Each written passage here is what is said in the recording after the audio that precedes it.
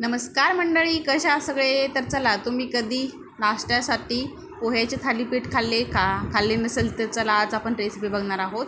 इथे मी 1 वाटी पोहे घेतलेले आहेत, ते भिजत ठेवलेले आहे साईडला.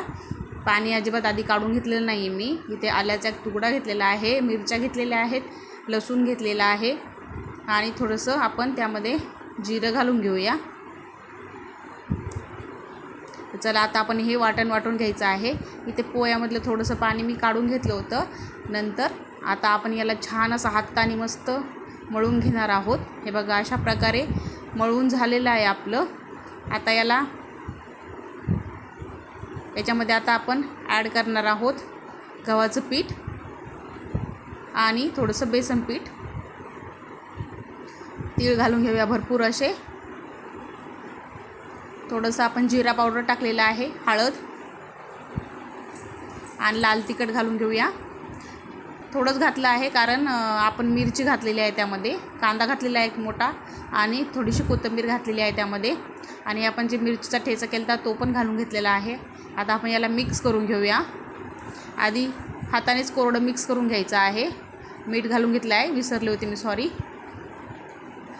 हे बघा, नंतर थोडं पाणी घालून असं कडक डो मळून घेतलेला आहे. तर जरा आता आपण थालीपीठ करायला घेऊया. इथे मी कपडा घेतलेला आहे, त्याला भिजवून थोडंसं पाणी लावून एक गोळा घेतलेला आहे पिठाचा. त्याला आता छान असं थापून घेऊया आपण. आणि त्याला थोडेसे वरनं आपण लगेच तीळ टाकून घेणार आहोत.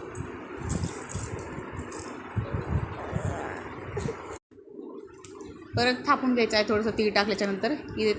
इथे तवा तापत ठेवला होता मी, त्यावर तेल टाकून घेऊया. तूप पण घालू शकता तुम्ही. आता लगेच आपण थालीपीठ टाकून घेऊया तव्यावर. वरनं पण थोडेसे तीळ टाकून घेऊया आणि साईडनं थोडंसं तेल सोडून घेऊया. आता परतून घेऊया छान याला. हे बघा, किती सुंदर असा कलर आलेला आहे बघा. नाश्त्यासाठी खूप सुंदर लागतात खायला आणि पौष्टिक पण मस्त. त्याच्यात तुम्ही भाज्या पण ॲड करू शकता तुम्हाला जर पाहिजे असल्या त्या, पालक किंवा असं मेथी वगैरे. हे बघा, किती सुंदर असे थालीपीठ आपले रेडी झालेले आहेत. कयासोबत पण खाऊ शकता, दह्यासोबत, सॉससोबत. तर नक्की ट्राय करा रेसिपी आणि सबस्क्राईब करायला विसरू नका. धन्यवाद.